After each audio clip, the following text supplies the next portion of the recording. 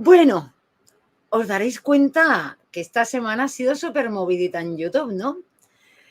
No sé, a veces me ha dado la sensación que el domingo pasado, ¿os acordáis que hicimos un directo sobre los 10 peligros del ecumenismo? Y oye, parece que fuese la cosa como un poquito profética, porque es que esta semana se ha liado una movida con el tema del ecumenismo. Empezó el martes con el programa, con la entrevista de Guido Rojas a Jonathan Ramos, y a partir de ahí se ha desencadenado una tormenta que yo estoy aquí con mi paquete de palomitas viendo lo que pasa, porque es súper entretenido. No sé en qué acabará la película, pero en fin, yo me estoy entreteniendo un rato. De todas maneras, creo que debemos ser un poco inteligentes también, analizar lo que está pasando, porque creo que lo que está pasando nos puede enseñar mucho. Nos puede aclarar muchos conceptos y nos puede ayudar a entender nosotros también las relaciones con los hermanos, con nuestros hermanos. Aunque nosotros parece ser que para ellos no somos hermanos, pero bueno, a nosotros lo que nos interesa es, a lo que nosotros nos tenemos que sujetar, es a lo que nuestra Madre Iglesia nos enseña a nosotros. Y entonces hoy yo quería ver con vosotros magisterio, porque el domingo pasado lo citaba, lo decía, digo, bueno, va, pero para que no se haga más largo no lo voy a mostrar. Pero creo que con todos los acontecimientos de la semana es importantísimo que veamos el magisterio, que sepamos exactamente lo que dice el magisterio, porque hay un texto muy bonito del magisterio que además se va a enganchar muy bien justo con el evangelio de esta semana. Ese evangelio que dice, tú eres la piedra. Bueno, contarme algo. A ver, mientras un poquito, a ver, ¿de qué estáis hablando? Ay, habláis como yo del evangelio, claro que sí. Bueno, yo creo que vamos a empezar a dar lugar, tampoco quiero que se haga súper extenso, así que vamos a ver, pero antes quiero hacer una advertencia, porque yo he estado reflexionando también sobre lo que ha pasado esta semana, y creo que para nosotros es casi como una prueba, porque hemos oído tantas cosas, estamos oyendo tantísimas cosas, que yo creo que eso nos pone un poquito a prueba. Porque, claro, yo reconozco que a veces escucho cosas y te sale esa vena de decir, pero ¿esto qué es? ¿Pero esta gente quién se cree? Y como que te enfadas incluso un poco, ¿no? Sobre todo cuando les oyes llamarte, que te dicen que no eres hermano y que poco menos que eres igual que un musulmán o que un mormón. O sea, ya te han quitado hasta el nombre de cristiano, ¿eh? O sea, la cosa es un poco fuerte. Pero yo creo que nosotros, en vez de enfrentarlo desde la confrontación, tenemos que autorreflexionarlo. Y tenemos que vivirlo como una prueba a nuestra santificación. Ya sé, cuesta mucho. Eso de cumplir el segundo mandamiento, de decir, amaos los unos a nosotros y sobre todo a vuestros enemigos, hombre, es una parte que nos cuesta mucho. Pero en fin, vamos a darle gracias a Dios que nos va poniendo pruebas que nosotros tenemos que ir superando. Vamos a ver. Vamos a empezar con el magisterio. Acordaos que nosotros decíamos el domingo pasado que había como 10 peligros que se cernían sobre el falso ecumenismo, confundir el ecumenismo sobre cosas que no eran ecumenismo. Y entre ellos estaba, pues, que si mezclábamos el ecumenismo con el diálogo interreligioso, cosa que hemos podido ver en los programas de nuestros hermanos protestantes que lo mezclan completamente. Buscar una unidad que no estaba basada en la verdad, o sea, la unidad por la unidad. El tercero era ese de buscar una especie de religión de consenso, o como otros han llamado, esa religión universal bajo el poder del anticristo. Bueno, es que se emparanoian a veces un poco, ¿eh? Veíamos que otro peligro era el buscar la unidad de las iglesias a cualquier precio y buscar la unidad de las iglesias en vez de la de los cristianos.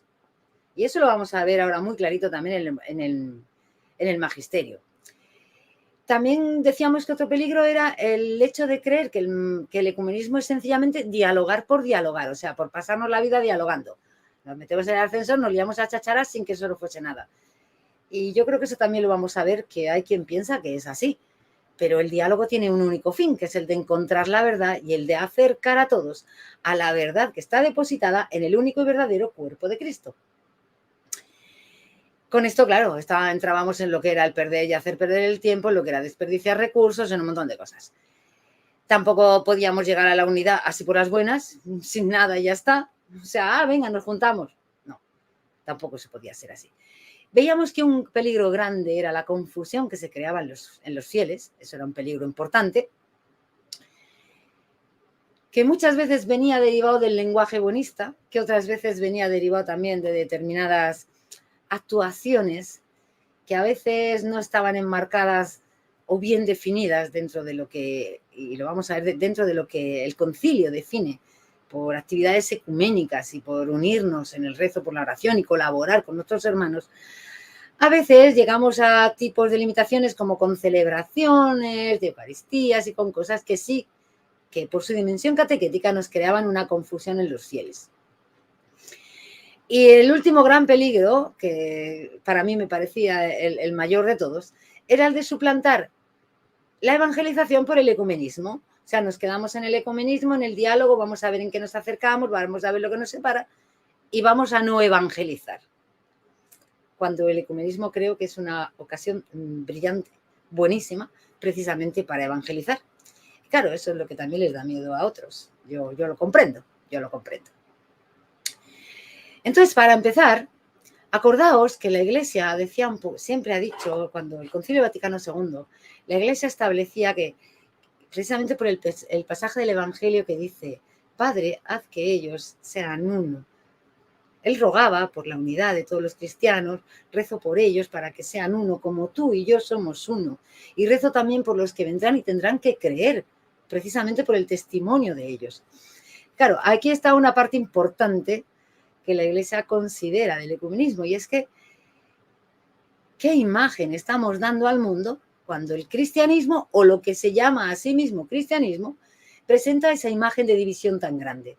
Pero bueno, como veremos también ahora en los documentos del magisterio, la Iglesia, por ecumenismo, principalmente su primer objeto es la unión con las otras iglesias cristianas.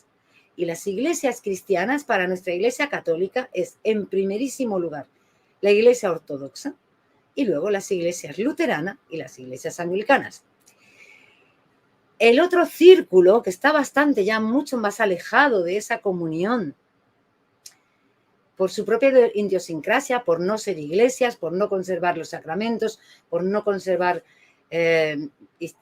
la sucesión apostólica, por no conservar liturgia y por tener tantísimas diferentes doctrinas, eso es lo que en los documentos magisteriales va a llamar congregaciones eclesiales. Insistí mucho el domingo pasado, insisto mucho en ese término, porque el hecho de que nosotros les damos el nombre de iglesias y ellos se los dan a sí mismos, lleva a una confusión. Lleva a una confusión porque no son iglesias. No son iglesias, son congregaciones eclesiales.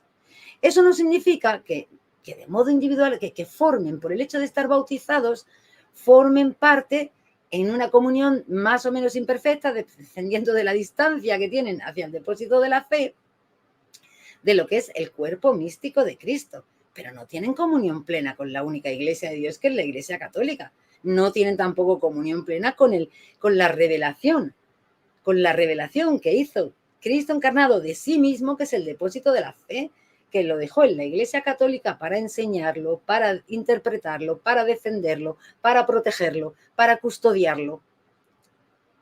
La Iglesia Católica, por designio divino y por voluntad divina, es una institución que a la vez, lo vimos también en el vídeo de Iglesia Visible, Iglesia Invisible, es una institución que a la vez que se presenta al mundo como una institución humana, jerárquica, en la que hay unos sacramentos, en la que hay una jerarquía eclesial, en la que hay unos cuerpos, en la que incluso puede haber edificaciones, pero ya vimos que esa no es la parte importante, en la que se predica, en la que se evangeliza, en la que se dan los sacramentos. Aparte de esa, tiene una dimensión sobrenatural que forma esencia con ella misma, que no puede dividirse, que son una misma y que integra a todos los creyentes de todos los tiempos que ya están salvados, que ya forman parte de la iglesia glorificada. Y también a los que están salvados, pero que todavía están en ese proceso de purgarse, de purificarse, para que sus almas puedan alcanzar la santidad plena para poder entrar de pleno derecho ya en el cielo, en la Jerusalén celestial. Es una maravilla. Bueno, vamos a ver un poquito primero el magisterio y después vamos a ver las declaraciones que se han ido haciendo esta semana. Y una vez que veamos el magisterio, voy a pasar el enlace y vamos a abrir mesa, vamos a abrir la mesa redonda, vamos a abrir la tertulia, para que entre todos podamos ir viendo una serie de puntos de lo que ha sucedido esta semana. Ya os digo que nos vamos a centrar solamente en el tema del ecumenismo y en cómo nosotros nos sirve, en donde nosotros tenemos que estar, en cosas que se han dicho que son verdad, en cosas que se han dicho que son menos verdad. Y creo que otras muchas cosas que se han suscitado, yo creo que hay que analizarlas, pero pienso que es preferible dejarlas un poquito más, que maduren, que veamos a ver hasta dónde esto llega, que veamos a ver hasta dónde se mueve y que nosotros mismos también podamos ir reflexionándolas. Antes de empezar, porque no os he preguntado, ¿se oye bien? Porque igual estoy hablando aquí para los patos.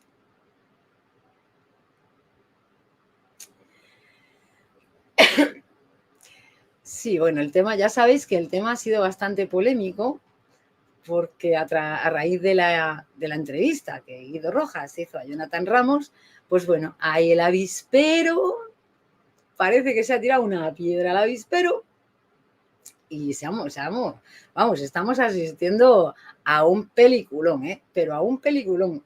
Yo os lo digo en serio, para mí es un peliculón. Yo aquí con el de las palomitas, a ver en qué termina la película. Pero vuelvo a hacer hincapié porque nosotros, esto es una prueba también para nosotros, es una prueba para nuestra santificación, para comportarnos como verdaderos cristianos, para dar testimonio de que de verdad somos cristianos, de que de verdad nos comportamos como cristianos, no para hacer leña de los árboles caídos, sino para quizá entender también de dónde vienen muchas de las cosas que nuestros hermanos, ¿por qué muchas de esas actitudes anticatólicas que no entendemos y que a lo mejor con declaraciones de esta semana vamos a comprender?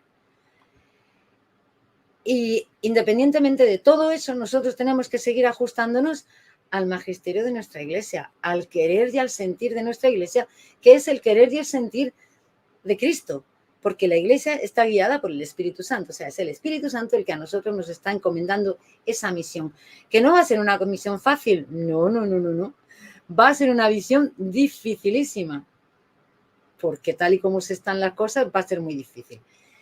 Pero vuelvo a lo mismo, son como dos campos de juego diferentes, uno el campo de juego en el que nos movemos con nuestras iglesias hermanas, la iglesia ortodoxa, la iglesia luterana, la iglesia anglicana, en los que ahí se está mucho más cerca de lo que parece de la verdadera unión de los cristianos, que el campo de juego con nuestros hermanos separados.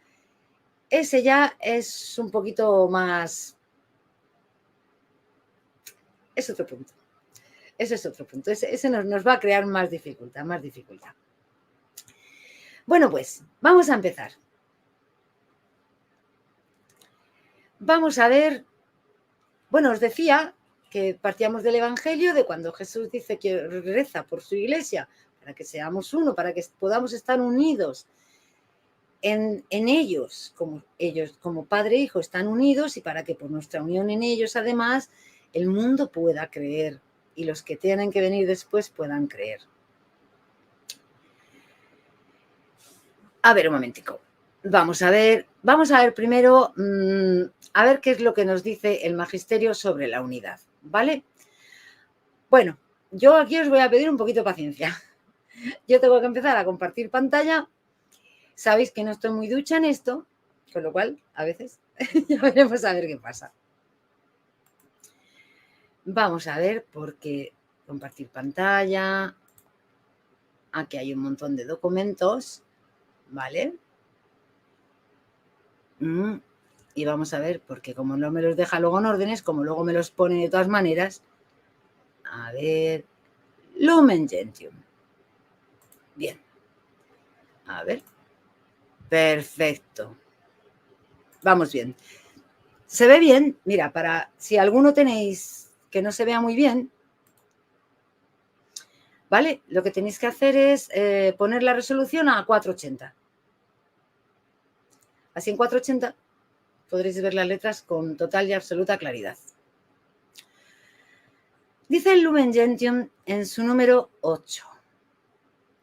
Cristo, el único mediador, instituyó y mantiene continuamente en la tierra a su Iglesia Santa, que es comunidad de fe, esperanza y caridad, que son 3 virtudes teologales, recordarlo. Pero la tiene y dice como un todo visible. Con lo cual, esto ya de la Iglesia invisible ya empieza a caérsenos. Comunicando mediante ella la verdad y la gracia a todos. Mediante la Iglesia visible, santa, que Cristo ha instituido, ¿vale? Se va a comunicar a todo el mundo la verdad y la gracia. Mas la sociedad provista de sus órganos jerárquicos y el cuerpo místico de Cristo, la asamblea visible y la comunidad espiritual, la iglesia terrestre y la iglesia enriquecida con los bienes celestiales, perdonadme, pero con la cámara me voy a mover porque si no, no veo bien en el monitor. Dice, no deben ser consideradas como 2 cosas distintas, que es justamente lo que había comentado hace un momento. La estructura visible de la iglesia no la podemos separar de esa realidad sobrenatural, sino más bien forman una realidad compleja que está integrada de un elemento humano, el visible, y un elemento divino, la parte sobrenatural e invisible. Por eso se la compara, por una notable analogía, al misterio del Verbo encarnado, a esa doble naturaleza hipostática de Cristo. Por analogía, se dice que la Iglesia tiene también esa doble naturaleza hipostática, es 100% humana y es 100% divina.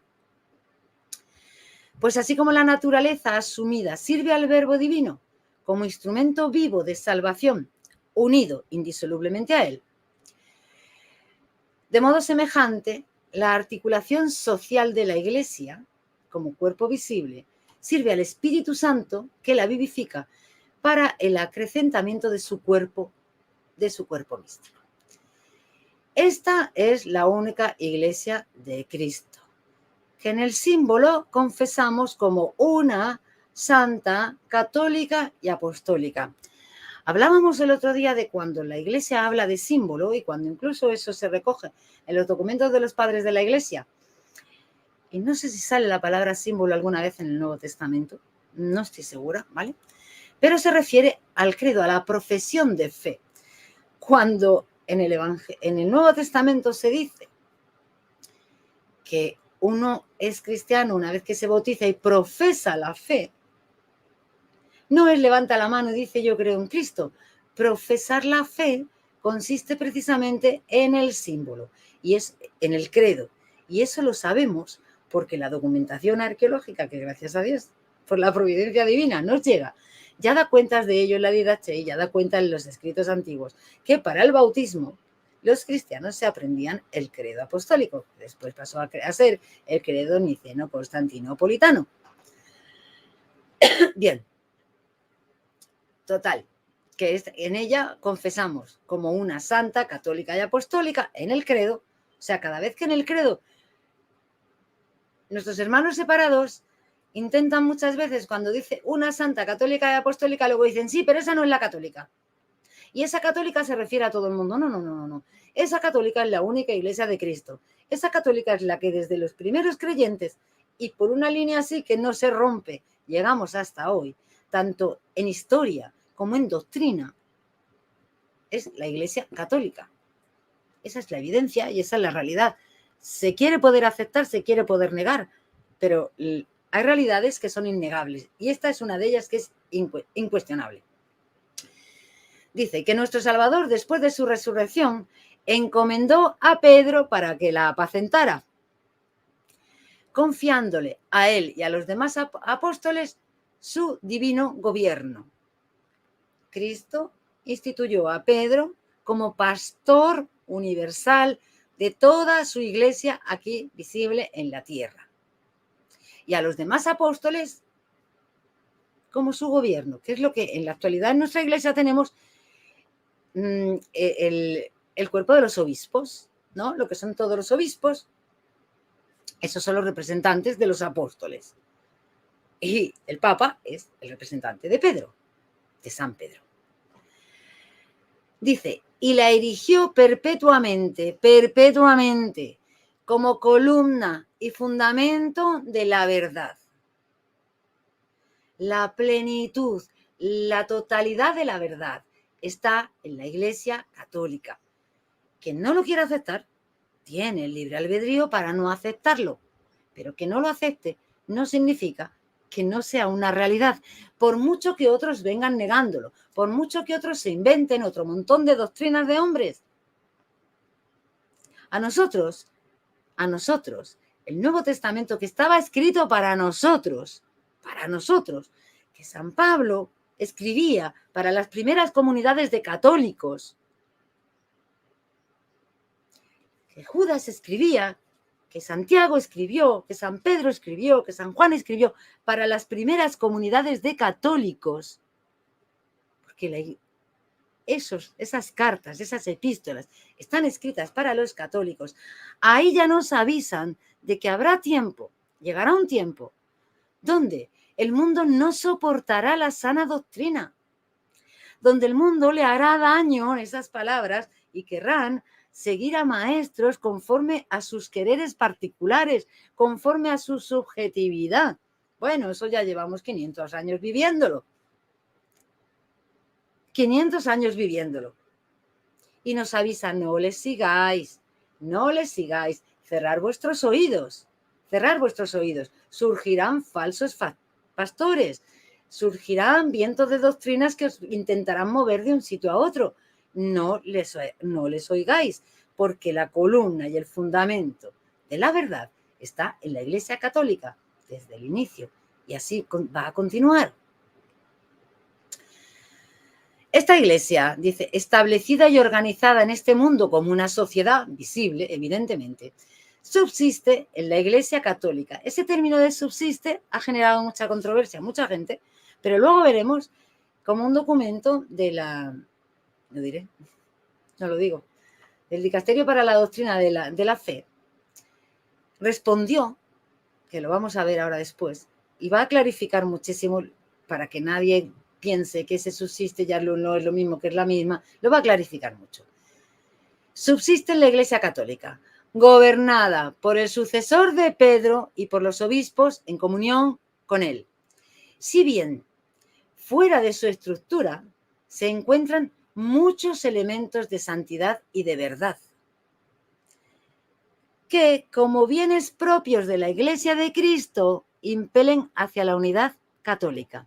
Es decir, todos esos elementos de santidad, de verdad, de santificación que en muchos otros documentos del magisterio va a reconocer la Iglesia Católica, que pueden encontrarse en otros individuos y en otras congregaciones eclesiales y en otras iglesias, están en ellas porque se le derivan desde la Iglesia Católica. Esto respecto de nuestros hermanos separados, ¿cómo lo podemos entender? Pues que todo lo que ellos tienen de verdad y de santidad es justamente lo que conservan de la Iglesia Católica. La palabra de Dios escrita, el bautismo, el entendimiento de la naturaleza hipostática de Cristo, la oración, la alabanza a Dios, el vivir santificándose, todas esas cosas, toda esa fe, como está basada, como la tienen recogida, el mismo credo que dicen que profesan, como la tienen asumida, recogida desde la Iglesia Católica, y como la Iglesia Católica es la verdad, son los elementos de verdad y de santidad que ellos mantienen. Claro, unos mantendrán más y otros menos, en función con lo que se quedaron de la Iglesia Católica y lo que no se quedaron. Dice también, bueno, aquí te dice que de igual modo la Iglesia está destinada a recorrer el camino de persecución a fin de comunicar los frutos de salvación a los hombres. Bueno, un momentico, a ver, que ahora tengo que conseguir volver yo. ¿Cómo hago yo para no dejar de compartir pantalla? Me parece que... A ver, vale, ya estoy donde tengo que estar. Bien, vale. Vale, pues ahora vamos a ver también otro documento que es Ut unum sint, un documento. Vamos a verlo, a ver si lo consigo localizar en todo este jaleísimo que hay aquí. Porque vais a ver, es hermoso, es hermoso. No quiero esto. Ya me he equivocado. A ver, compartiendo pantalla. Ut unum sint. Aquí lo tenemos. Un momentico. A ver, que yo consiga volver aquí, que no me pierda. Vale, perfecto. Muy bien. Un segundo.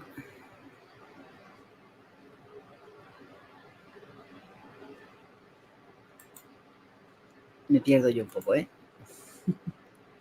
A ver si la localizo, que se me ha ido a mí la pestaña. Vaya.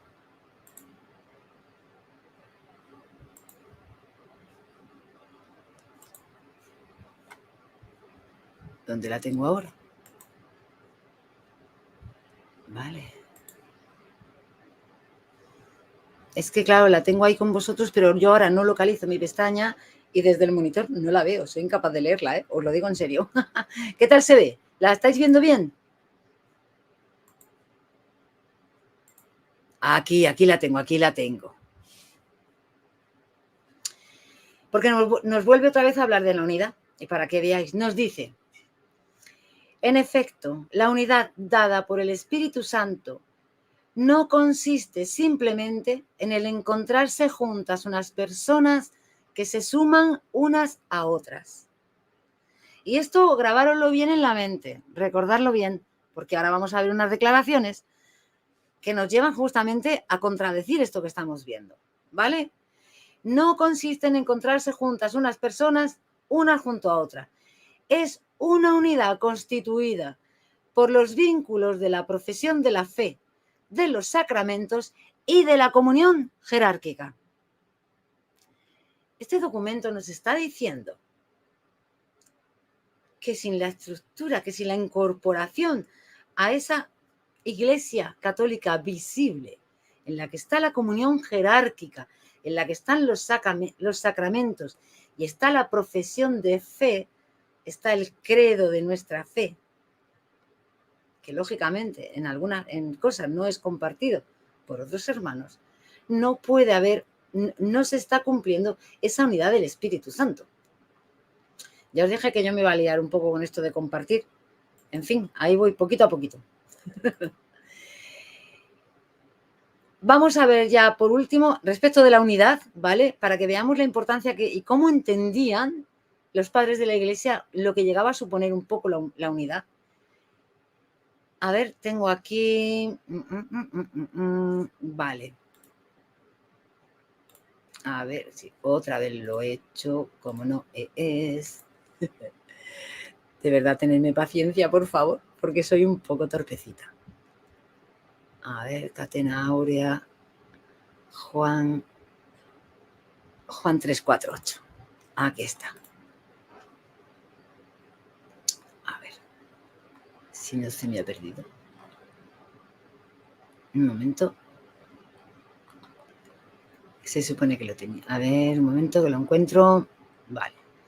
Esto es los textos, esto es Catena Áurea. Catena Áurea es la recopilación de los escritos de los padres de la Iglesia sobre los 4 evangelios, ¿no? En este caso, ¿veis? Es sobre el Evangelio de San Juan, 348. A ver, un momento. Que busque donde el que os quería leer.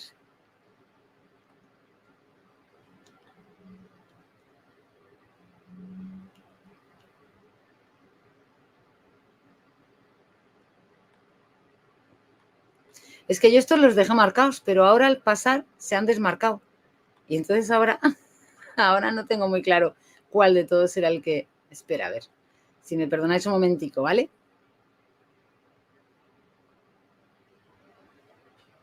A ver...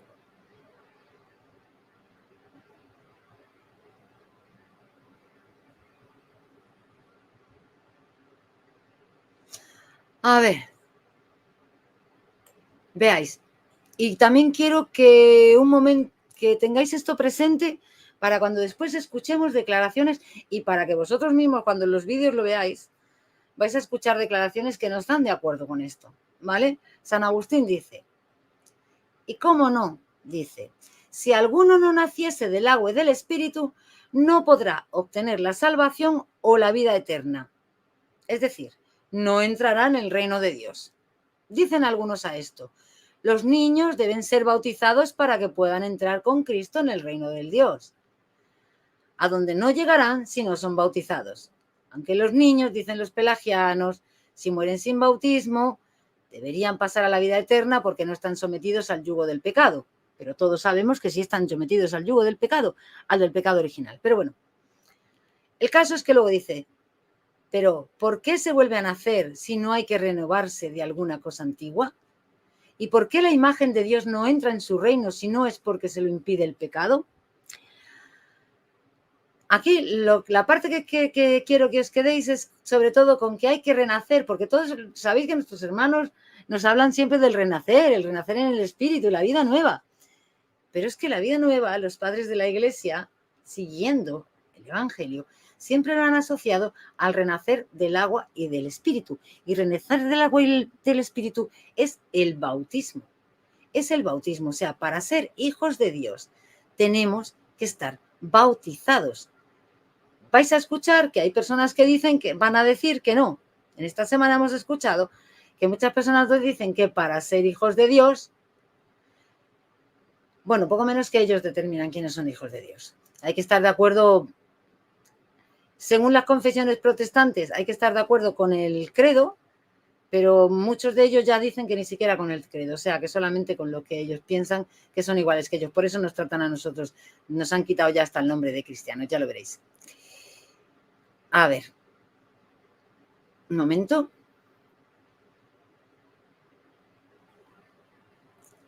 A ver, un segundo. Otra vez tengo que volver aquí. Ay, madre. A ver, seguimos compartiendo otra vez pantalla. Un momentico que busco el siguiente documento que se va a ver más claro, ¿ok? A ver, Catena Aurea. Pues que se me mueven.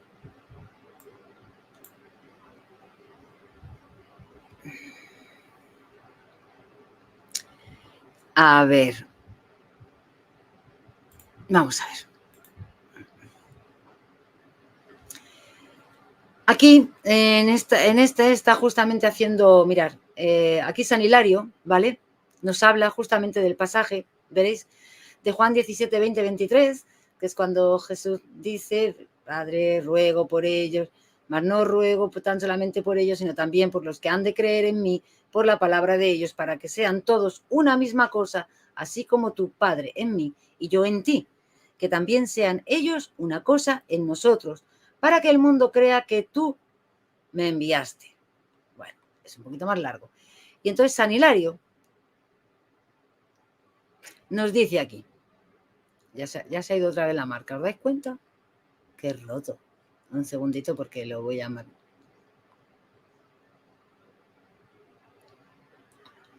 Ay.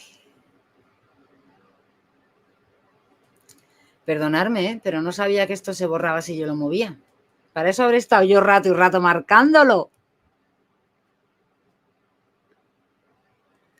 Y buscando los textos que quería compartir con vosotros.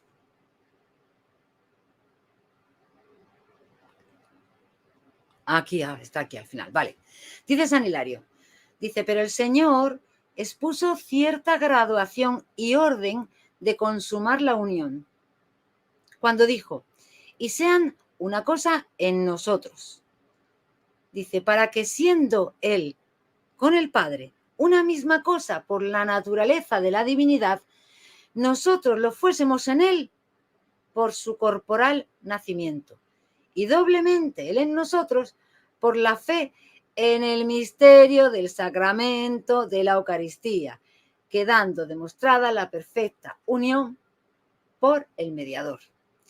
Aquí lo que San Hilario quiere decirnos es que cuando el Evangelio habla de ser uno en Cristo, cuando habla de tener la comunión en Cristo, a lo que se está refiriendo es que esa unión se hace posible por el sacramento de la Eucaristía. Bueno, voy a mostrar un documento más y voy a hacer una pequeña pausa, porque estáis ya llegando muchos y voy a hacer así un momentico para poneros un poco al día, ¿vale? Y para ponerme al día yo también un instante, porque con esto de compartir me estoy perdiendo un montón. De verdad, esto no está hecho para mí, ¿eh? Tendré que aprender un montón todavía a hacerlo así tan rápido como lo hacen los demás. Qué fácil lo hacen, oye. Bien, vale. Vamos a compartir el último de los padres de la Iglesia, Orígenes, que decía. Él decía, fijaos si es importante la unidad de la Iglesia. Yo en algunas otras ocasiones lo he dicho, porque dice, este es el motivo para que no sean oídos cuando suplican, porque no estamos conformes con nosotros mismos en todas las cosas sobre la tierra, ni en cuanto al dogma, ni en cuanto a la vida, y así como no agrada la música si no hay armonía en las voces, así la Iglesia, si no hay concordia en ella, ni agrada a Dios, ni es oída por Él. Me pierdo, tengo muchas pantallas. Yo creo que voy a dejarlo un poco porque me estoy perdiendo un poco. Bueno, vamos a ver un momentico. ¿Cómo vais hasta ahora? Tenemos más o menos claro lo que nos ha quedado dicho de que la Iglesia primero es un ente, una parte visible, una parte invisible, que solamente esa Iglesia es la que está fundada sobre Pedro con la autoridad de todos los obispos, que solamente esa es la Iglesia que en el credo se llama Santa, Católica y Apostólica, una Santa, Católica y Apostólica, y que solamente esa es la unidad, eso es lo único que podemos comprender por unidad. ¿Ok? Vale. Pues ahora vamos a ver un momento. Aquí vamos a ir un poco más rápido, es que ya no quiero entender, ¿verdad? Yo entiendo, lo que pasa es que a veces el magisterio es necesario entenderlo. Bueno, vamos a ir un momento. Os había dicho que cuando hemos leído precisamente Lumen Gentium y Unitatis Redintegratio, decía que está esta famosa frase de que la Iglesia subsiste en la Iglesia de Cristo, en la Iglesia Católica. Pues os dije que hay un documento magisterial también, una respuesta desde el Dicasterio de la Doctrina de la Fe, que va a aclararnos esos términos, porque muchas veces nos han dicho, es que ya no es que la Iglesia de Cristo sea la Iglesia Católica, ahora es que subsiste. Bueno, vamos a verlo. Y con eso vamos a hacer una pequeñita pausa, veréis.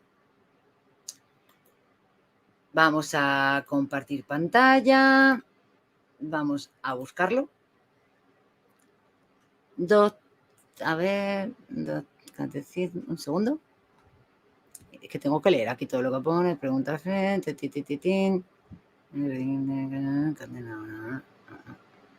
Creo que es este. Sí, aquí está. Aquí está. Vale.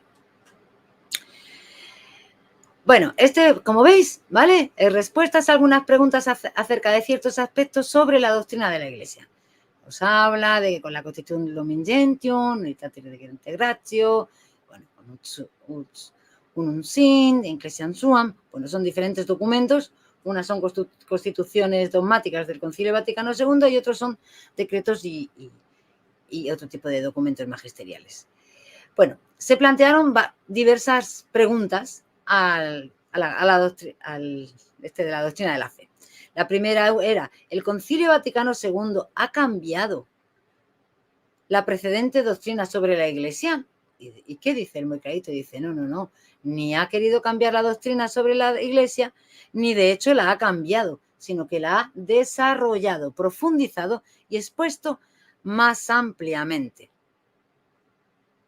Bueno, Y aquí está la parte un poco que nos interesa. Dice, ¿cómo se debe entender la afirmación según la cual la Iglesia de Cristo subsiste en la Iglesia católica? La respuesta que da es, dice, Cristo ha constituido en la tierra una sola Iglesia y la ha instituido desde su origen como comunidad visible y espiritual. Lo que hablábamos de esa doble naturaleza, lo que hablábamos de la analogía con la naturaleza hipostática de Cristo. Dice, ella continuará existiendo en el curso de la historia y solamente en ella han permanecido y permanecerán todos los instrumentos instituidos por Cristo mismo. Y dice, esta es la única Iglesia de Cristo, que en el símbolo, volvemos a lo mismo, en el credo, confesamos como una santa, católica y apostólica. Esta Iglesia, constituida y ordenada en este mundo como una sociedad, subsiste en la Iglesia católica, gobernada por el sucesor de Pedro y por los obispos en comunión con él. Esta era la definición que había causado un poquito de problema, ¿vale? Y entonces dice la Constitución Dogmática Lumen Gentium, la subsistencia en esta comunidad histórica y la permanencia de todos los elementos por Cristo en la Iglesia católica, en la cual concretamente se concreta la historia de Cristo en esta tierra. Ya la dice.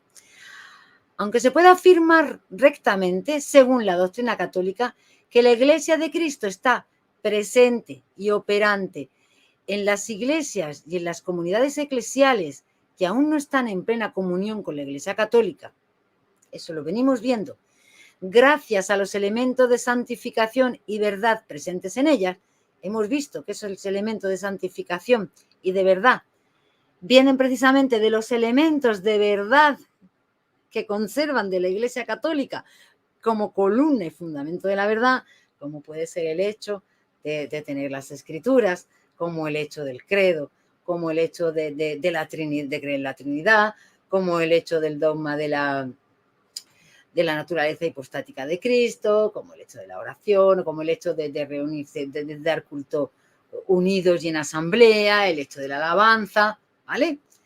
El bautismo para los que los tienen. Eso, ¿por qué? Porque son las partes con las que se quedaron de la Iglesia católica. Esa es la parte de verdad y la parte de santificación que tienen. A partir de ahí, bueno, han inventado otras cosas, pero por lo menos les queda, en unas esa parte es muchísimo mayor, es casi toda, y en otras pues son nada más que pequeñas muestras.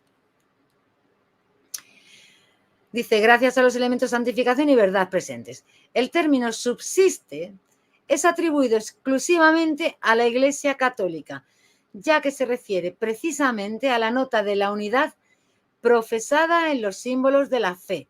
Creo en la Iglesia una, y esta Iglesia una subsiste en la Iglesia católica. Y te dice, ¿y por qué se usa la expresión subsiste y no sencillamente la forma verbal es? Eso ha creado mucho debate y todavía mucha gente por ahí en los grupos que aún lo sigue todavía hablando, ¿no? Y dicen, mira, a ver, la herejía del Concilio Vaticano II. El uso de esta expresión que indica la plena identidad entre la Iglesia de Cristo y la Iglesia católica no cambia la doctrina sobre la Iglesia. Que nadie venga a deciros que el Concilio Vaticano II ha cambiado la doctrina sobre la Iglesia respecto de del Concilio Vaticano I y de todo lo que ella entendía durante 2000 años. Que no la cuenten. La verdadera razón por la cual ha sido usada es que expresa más claramente el hecho de que fuera de la Iglesia se encuentran también esos otros muchos elementos de santificación y de verdad, como dones propios de la Iglesia de Cristo, inducen hacia la unidad católica. Por consiguiente, aunque creamos que las iglesias y comunidades separadas tienen sus defectos, no están desprovistas de sentido y de valor en el misterio de la salvación, porque el Espíritu de Cristo no ha rehusado servirse de ellas como medios de salvación, cuya virtud deriva de la misma plenitud de la gracia y de la verdad que se confió a la Iglesia. Por eso cada vez que nuestros hermanos separados nos dicen, ¿ves? es que somos medios de salvación. Sois medios de salvación en la medida en la que conserváis las verdades y los elementos santificantes de la Iglesia Católica. En esa medida es en la que sois medios de salvación. Pero no te está diciendo que tenéis plenitud de la salvación. Y habría que examinar cada comunidad por uno mismo. Y bueno, tal y como está el tema, a cada hermano separado por sí mismo para ver lo que de verdad conserva, para ver lo que de verdad cree, para entender qué medios de salvación y medios de gracia son los que le quedan y se le pueden asignar a él. O sea, es un poquito más difícil de lo que ellos nos quieren plantear, ¿vale? Bueno. Y para que veáis lo que os contaba yo, lo que os he contado ya varias veces. ¿Por qué esa diferenciación que hacemos entre iglesias y congregaciones eclesiales? Que es muy importante, porque tenemos que purificar el lenguaje, porque el hecho de que nosotros les estamos llamando a nuestros hermanos separados y a esos protestantes, les estamos llamando iglesias y les estamos permitiendo que ellos se digan a sí mismos iglesias cuando no lo son, está creando una gran confusión. No son iglesias, lo vamos a ver. Dice, el concilio ha querido aceptar el uso tradicional del término, porque el concilio, dice la pregunta, ¿por qué el concilio Vaticano II atribuye el nombre de iglesias a las iglesias orientales separadas de la plena comunión con la Iglesia Católica? Vale, esa no la vamos a leer, ya sabemos que a las iglesias orientales las llama iglesias. Nos basta, ya sabemos que a las iglesias orientales las llama iglesias. Y dice, esta es la parte que nos interesa, ¿por qué los textos del concilio y el magisterio sucesivo no atribuyen el título de iglesia a las comunidades cristianas nacidas en la Reforma del siglo XVI? Dice, porque según la doctrina católica, estas comunidades no tienen la sucesión apostólica mediante el sacramento del orden y por tanto están privadas de un elemento constitutivo esencial de la Iglesia. Estas comunidades, a causa del sacerdocio, no han conservado la auténtica e íntegra sustancia del misterio eucarístico. Por lo tanto, no pueden ser llamadas iglesias en sentido propio.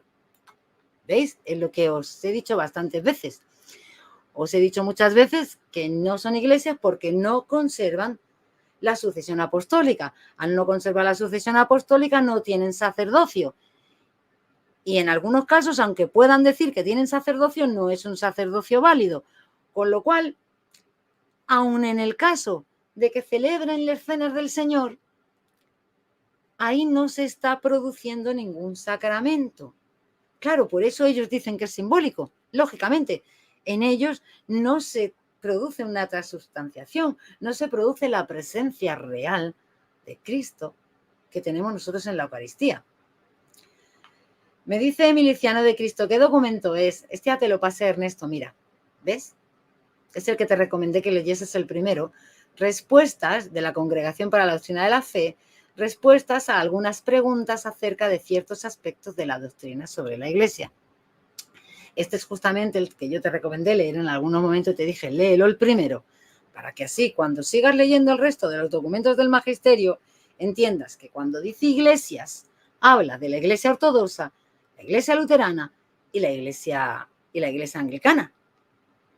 Pero cuando habla del resto, habla de congregaciones eclesiales o comunidades eclesiales. Así es como dice a todas las denominaciones que nacen desde la Reforma. Bien, bueno, ¿cómo vais? A ver, contarme un poco. ¿Está quedando un poco claro? ¿No está quedando un poco claro?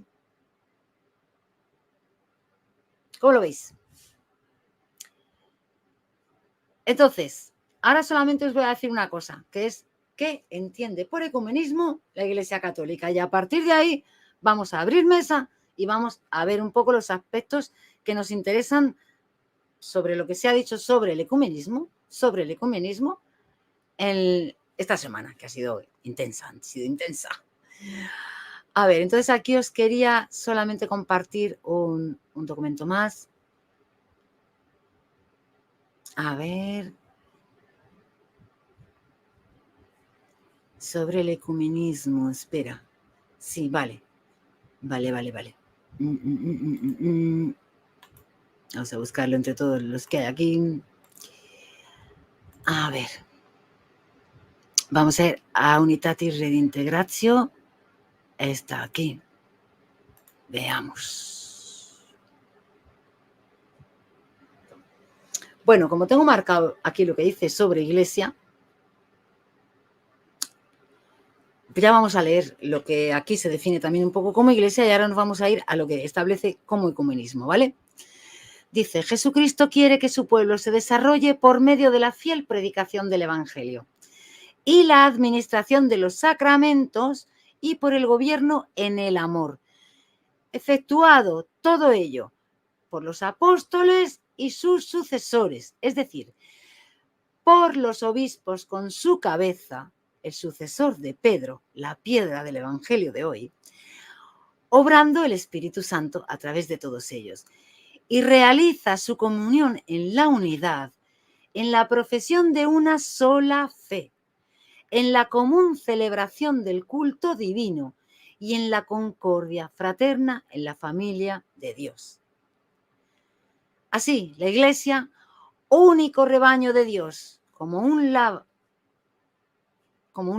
no entiendo un poco lo que era esa palabra, no me he dado cuenta de buscarla, como un lábaro alzado ante todos los pueblos, comunicando el Evangelio de la paz a todo el género humano, peregrina llena de esperanza hacia la patria celestial. Esa somos nosotros, la iglesia peregrinante, esa iglesia visible que se nos ve.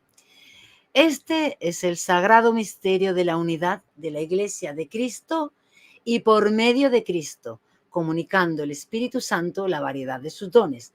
El modelo supremo y el principio de este misterio es la unidad de un solo Dios en la Trinidad de personas, Padre, Hijo, Espíritu Santo.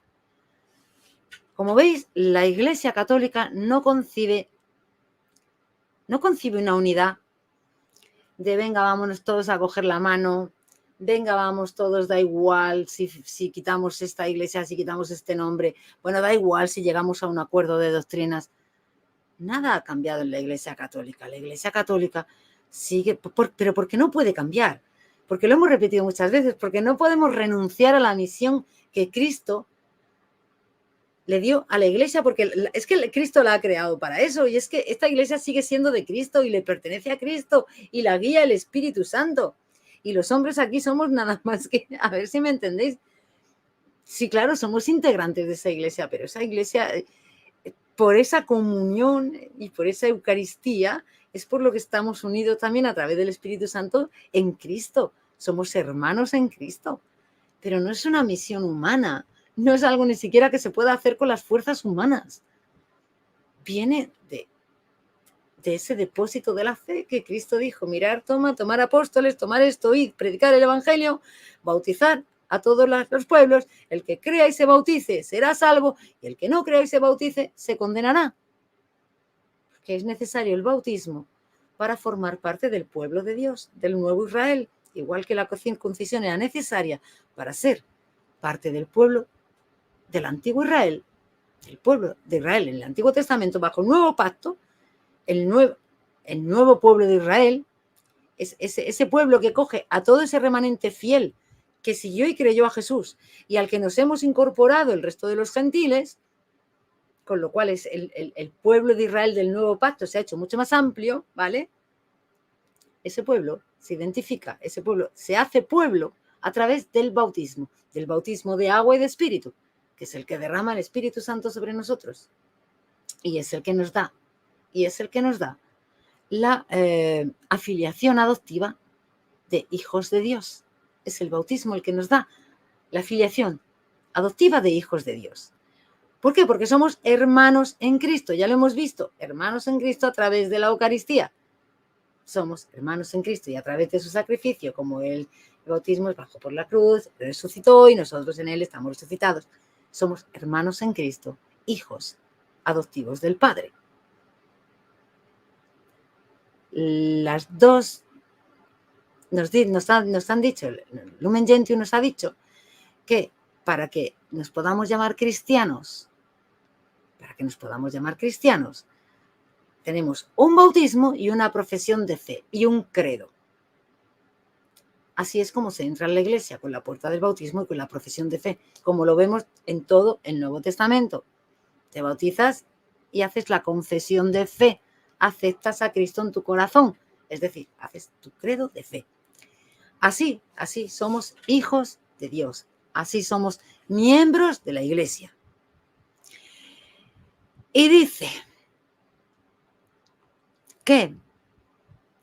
que promover la restauración de la unidad entre todos los cristianos es uno de los fines principales que se ha propuesto el Sacrosanto Concilio Vaticano II. Puesto que única es la Iglesia fundada por Cristo Señor, aun cuando son muchas las comunidades cristianas que se presentan a los hombres como la herencia de Cristo. Todos se confiesan discípulos del Señor, pero sienten de modo distinto y siguen caminos diferentes, como si Cristo mismo estuviera dividido. División que abiertamente repugna a la voluntad de Cristo y es piedra de escándalo para el mundo y obstáculo para la causa de la difusión del Evangelio por todo el mundo. Por eso es tan importante que comprendamos nosotros como católicos y como nos enseña la Iglesia, lo importante que es que nosotros, con nuestros esfuerzos, con nuestra humildad, con nuestras oraciones, con nuestros ayunos, con nuestra santificación personal, de aguantar muchas cosas, muchos insultos, muchos ataques, nosotros sigamos queriendo y promoviendo la unidad en el cuerpo de Cristo. El cuerpo de Cristo, que lo repetimos, es la una santa, católica y apostólica Iglesia Católica. Romana. Sí, romana.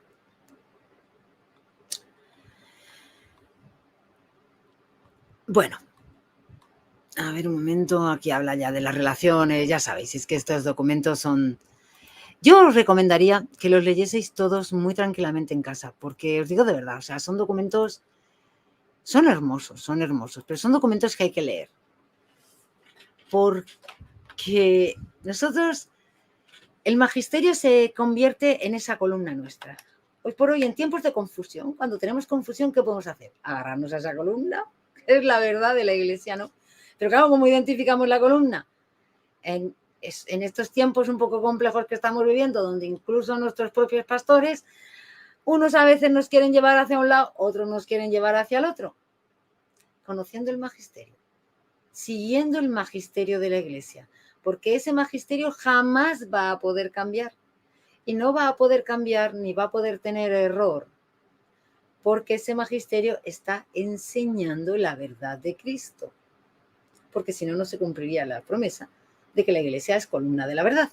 Entonces, podremos tener hombres que como personas se equivoquen, como personas, como miembros particulares de la Iglesia, estén actuando mejor o peor, tengan más confusión o menos. Pero la Iglesia en ese conjunto, en ese magisterio, ahí tenemos una columna a la que podemos agarrarnos, y sobre ella, sin ningún problema, afianzarnos, los pies puestos en la roca, para nosotros seguir adelante.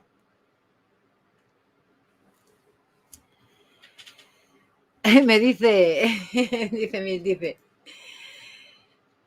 a ver, no, sí, me dice Ernesto, estamos en eso, leyéndolos, pero no sé si me aclaran el panorama o me generan más dudas. Claro, a ver. Lo que a vosotros os gusta llamar tanto la cosmovisión protestante es muy distinta de la cosmovisión católica, y eso es lo que vas a ir descubriendo. Pero claro, la cosmovisión católica tiene 2000 años.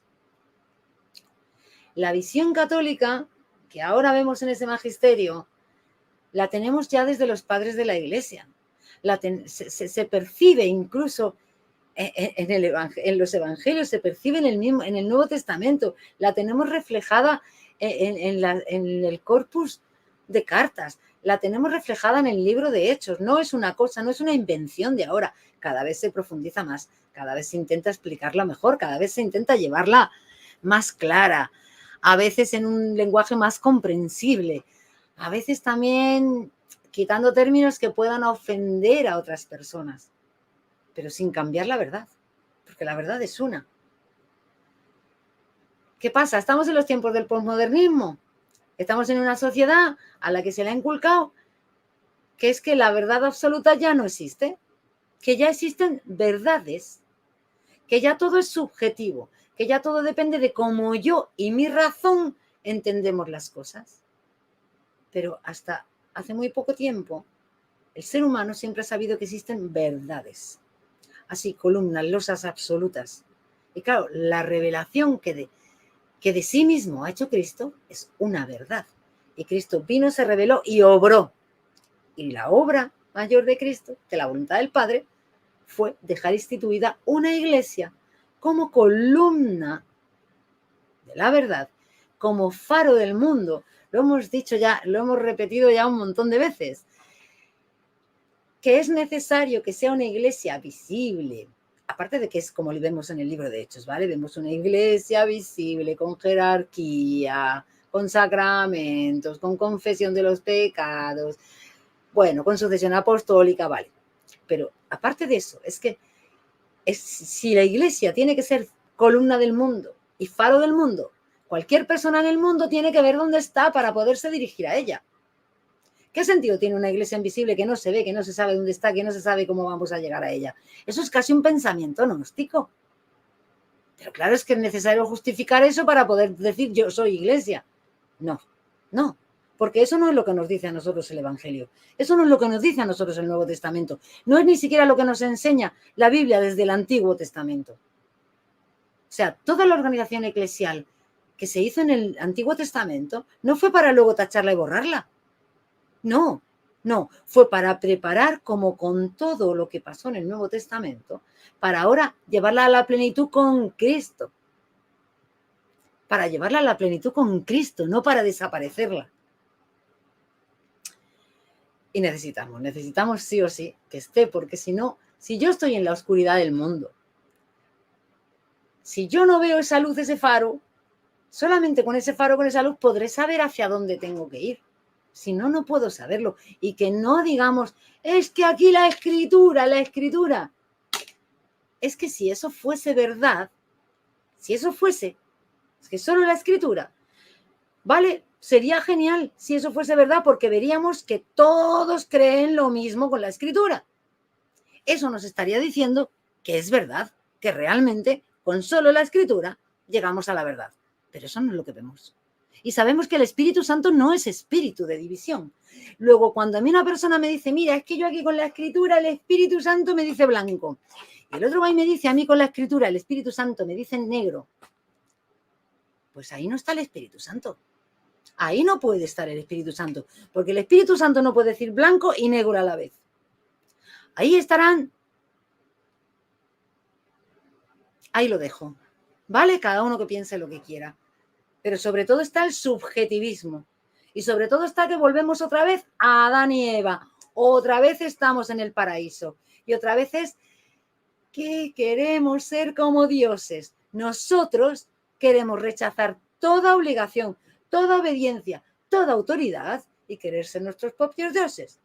Yo juzgo, yo tengo que entender, yo considero si esto me lo creo o no me lo creo. No, chatín, no, chatín, no. ¿Qué ha venido Cristo? Que Cristo se ha encarnado aquí, que ha venido, que ha contado lo que era, que ha dejado a quienes se encarguen de enseñarte lo que era, y que si tú crees en Cristo, tienes que creer a Cristo, que la fe sin obediencia no es fe, o no es fe teologal, es solo una creencia humana, ¿vale? Yo no puedo cambiar lo que Cristo ha venido a decir. Lo quiera entender más o yo lo quiera entender menos. Pero si es mi creador, si lo reconozco como mi rey, yo solamente puedo doblar rodilla y decir amén. Hágase tu voluntad. Amén. Lo entienda, no lo entienda, me guste más, me guste menos, me parezca mejor, me parezca peor. Eso no importa. Ahora, Dios respeta mi libre albedrío, claro, ya está, Él no me va a obligar. Él no me va a obligar, pero si yo digo que yo creo en Cristo, que creo en su sacrificio, que Él derramó la sangre por mí y que es mi Rey, que es mi Salvador, que es mi Dios por encima de todas las cosas, doblo rodilla a lo que Él diga. Vamos, es que Él dice, sopla por allí y tú vas. Por favor, seamos serios. Es que es verdad. Es que la misma rebeldía que entró por la duda a Adán y Eva en el paraíso y que llevó al pecado original, seguimos conservando lo mismo. La duda y la rebeldía. Querer ser yo mi propio dueño, querer ser yo mi propio jefe, mi propio papa y mi propio todo. Yo soy mi autoridad. No. Dios estableció desde el principio un mundo con autoridad.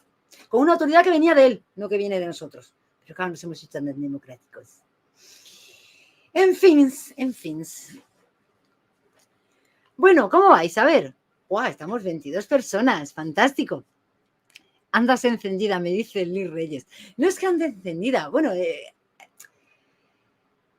es que hay veces que uno ya no sabe cómo decir las cosas, porque por mucho que las muestras, y te dan a veces argumentos que dices, vale, pero son argumentos humanos. Son argumentos humanos. Si yo tengo un rey, ¿tú qué vas a hacer? Doblar la rodilla ante el rey. Si es tu creador, ¿cómo nos permitimos discutirle a Dios? ¿Cómo nos permitimos decirle, no, es que no, tú dijiste esto, pero no, es que yo veo que tú aquí lo que querías decir era blanco? No, nene. Ahí te dice que Él le enseñó a los apóstoles, que les encargó a los apóstoles, que estableció una iglesia y que la dejó instituida. Chiquitina, agacha cabeza ya de una vez, dobla rodilla, porque además tienes pruebas históricas, de que esa iglesia viene desde el día de Pentecostés. Y además, si te pones de verdad a estudiar, no te dejas guiar por sesgos cognitivos, esto que se lleva ahora tan de moda, y por prejuicios, serás capaz de ver que las doctrinas que mantiene la Iglesia están desde el principio, que ninguna contradice la Biblia y que están desde el inicio. No hay en la Iglesia doctrinas que contradicen la Biblia. Nos acusan de muchas cosas, pero nos acusan con mentira. Ese es el problema. Cuando un hermano viene y te dice idólatra, no te está diciendo idólatra con la verdad. Está diciendo que la percepción que él tiene de lo que tú haces es que tú haces idolatría. Él está juzgando que tú haces idolatría. No se basa en lo que tu doctrina dice sobre la idolatría. No, pero es que yo te veo a ti hacer esto. Bueno, ¿y quién eres tú para juzgarme? ¿Por qué tú te permites juzgarme? ¿Quién te ha dado a ti la autoridad de juzgarme? Repito, la Biblia, el Nuevo Testamento, las cartas de Pablo, las cartas de Santiago, de Pedro, de Juan, de Judas, estaban escritas para las primeras comunidades de católicos. Así que cuando vamos a la Biblia, como con cualquier otro libro histórico, ¿vale? Tiene un contexto, está dirigida a un público. Vale, entendamos los católicos y entiendan, por favor, hermanos separados, que eso se dirige a los primeros cristianos, a los primeros católicos, que cuando ahí me avisa de que van a venir falsos pastores, me está avisando de la gente que de dentro de la Iglesia Católica va a empezar a predicar un evangelio distinto y se van a salir. Que cuando me avisa que llegará el fin de los, que ya más adelante los hombres no soportarán la sana doctrina, me avisa de que ustedes no soportan la sana doctrina, porque ustedes no son la comunidad de los primeros católicos, ni se mantienen en unión, en el tiempo, en la doctrina, en el espacio, con esa iglesia, y nosotros sí. Entonces, cada vez que ustedes lean, piensen que nos la dirige a nosotros y nos advierte de todos los grupos que ya desde el inicio iban a luchar contra la Iglesia Católica. Son cientos las herejías, los grupos heréticos que se han ido saliendo y dividiendo. Y ustedes son uno más.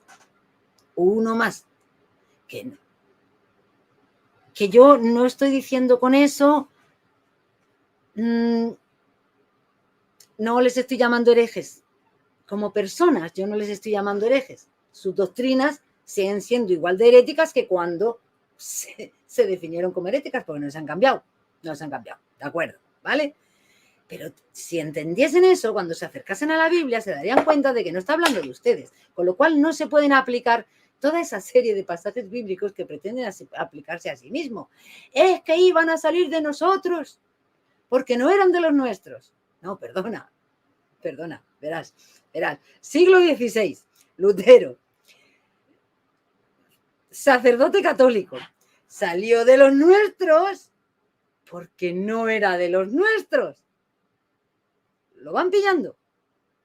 Y eso pasó con otros montones de herejías que han pasado desde el inicio, ¿vale? Por favor, es que a veces hay que pedirles un poquito de seriedad y de congruencia, un poquito de... vamos a apartar también cosas, pero vamos a ser un poco serios y congruentes. O sea, no se puede hoy en día negar la historicidad de la Iglesia Católica. O sea, intentar eso es, y como no podemos negarla, ahora lo que decimos es que se confundieron, se corrompieron. Ah, sí, pero ¿desde cuándo? Ah, pues desde aquí que no nos interesa. Porque cuando vamos a estudiar a los padres de la Iglesia, como yo también soy mi propio magisterio, resulta que van y lo que ven que no les gusta de las doctrinas que ellos no consideran que están bien, los padres ahí se equivocaron y solamente se quedan con lo que quieren. Eso no es una forma honesta. No es una forma honesta de ir a las fuentes históricas, ni es una forma honesta de ir al principio de la Iglesia. Eso no es una forma de verdad honesta y de corazón. Eso no es querer saber la verdad. Eso es querer ir con mi verdad y buscar justificarla. Pero si yo de verdad quiero saber la verdad, si voy con corazón de la verdad, leeré, y cuando lea sobre la Eucaristía, cuando lea sobre la autoridad de los obispos, cuando lea sobre el bautismo, cuando vea sobre la intercesión de los santos, cuando lea del purgatorio, no me quedará más remedio que aceptar que esa Iglesia, esas doctrinas las tenía y que la Iglesia Católica lo único que está haciendo entonces es mantener las que tenía. Pero uno ya hay veces que no sabe cómo explicarlo. Luego te dice, ¡ay, eres una autoritaria! ¡Ay! Danos paciencia, Señor. Y perdónalos porque a veces no saben lo que hacen. Perdónanos a todos, que todos metemos mucho la pata. Bueno, antes de que empecemos, voy a abrir la mesa, vamos a poner los vídeos. Quiero recordaros, por favor, lo que he dicho al principio. Entendamos que esto a fin de cuentas también es una prueba espiritual para nosotros. Intentemos, frente a estas circunstancias y frente a muchas cosas que hemos oído esta semana y muchas que seguiremos oyendo, que las analizaremos tranquilamente, intentemos mantener de verdad el espíritu cristiano. Intentemos cumplir de verdad el Evangelio. Intentemos mantener la caridad y el amor por las otras personas. Entendamos que estamos en una batalla espiritual, que nuestra lucha no es con personas, sino con entidades, sino con potestades que están detrás de todo eso. Recemos por esas personas, pidámosles a Dios que las perdone por las barbaridades que pueden decir, por lo que lo pueden ofender. Y hagamos sacrificios y penitencia y reparaciones por ellos, como ha hecho siempre la Iglesia. Demos testimonio real de que somos verdaderos católicos. A mí eso es lo que me gustaría que nos fijemos en la mente. A mí, personalmente, me cuesta bastante. Lo primero en cuanto escucho es decirme, pero no puedo hacer eso. Ni debo ni puedo, no es eso lo que Cristo quiere que haga.